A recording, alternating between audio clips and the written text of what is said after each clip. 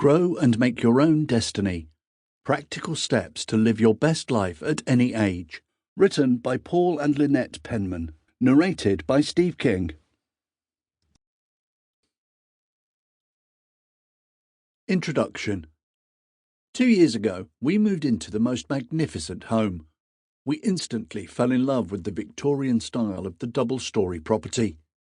It was just a magnificent house, with brochy lace features and a balcony. It was by no means exceptionally big or majestic in its appearance. To be honest, most people might not even notice it at all, but to us, it spoke immediately. We could instantly see ourselves being happy living between those walls. The property's added benefit was that it already had an established garden. The garden had several features, reminding us of an English garden, coupled with some water-wise plant options etched into the beddings. These were surrounded by small pebbles, which added contrasting colour and texture to the luscious greenery. A better way to capture its true essence is low maintenance, as it was so well established. Initially, this suited us perfectly, as we didn't have much time to attend to the garden. With minimal effort, it continued to look perfect from afar.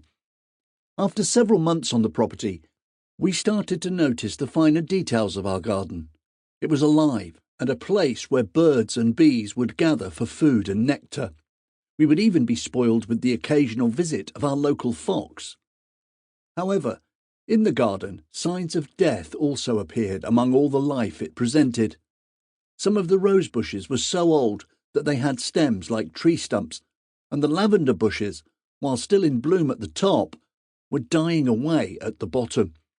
Only when we started to explore the garden in its finer details could we observe the many holes eaten into leaves, as the garden had a snail problem in need of attention. We realised that while our garden looked magnificent from a distance, we would have to invest time and effort if we wanted to sustain its glory. It meant we would have to part with some plants and add new faces to the collection if we wanted to preserve the unity's splendour. Some plants had to be pruned back deeply to encourage new growth. Others simply had to be replaced.